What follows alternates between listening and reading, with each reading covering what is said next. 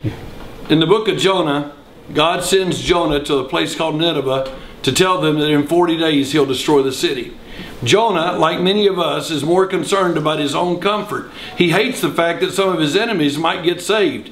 After he goes there, because God takes him for a ride in a whale's belly, he lands on the plane. It takes about 30 or 40 days to get to the city, and he walks into the city one day's journey. And when he gets inside the city, he starts announcing the call that God has given him, and he tells everybody that God's going to destroy the city. Immediately, God does something beyond what anybody could have ever imagined, and people all over the city begin repenting of their sin and weeping and wailing and putting on sackcloth and ashes. The word gets all the way to the king. They even make the animals do without food and water, and everybody's fasting and praying, "Oh God of heaven, would you be merciful?" And as you know the story, God was merciful, and he didn't destroy them, and he was kind to them.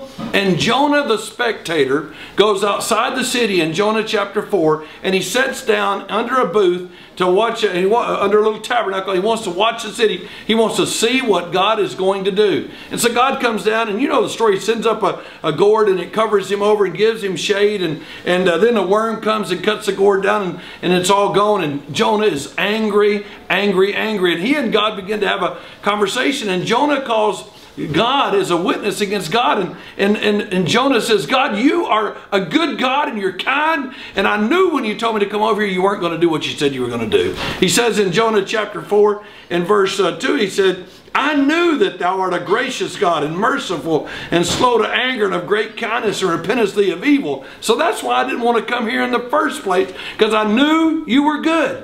Well, then God cuts down the gourd, and Jonah gets hot, and God sends a hot wind to blow against him, and Jonah gets mad, real mad. And God said, "Jonah, are you doing right to be angry because you lost your gourd?"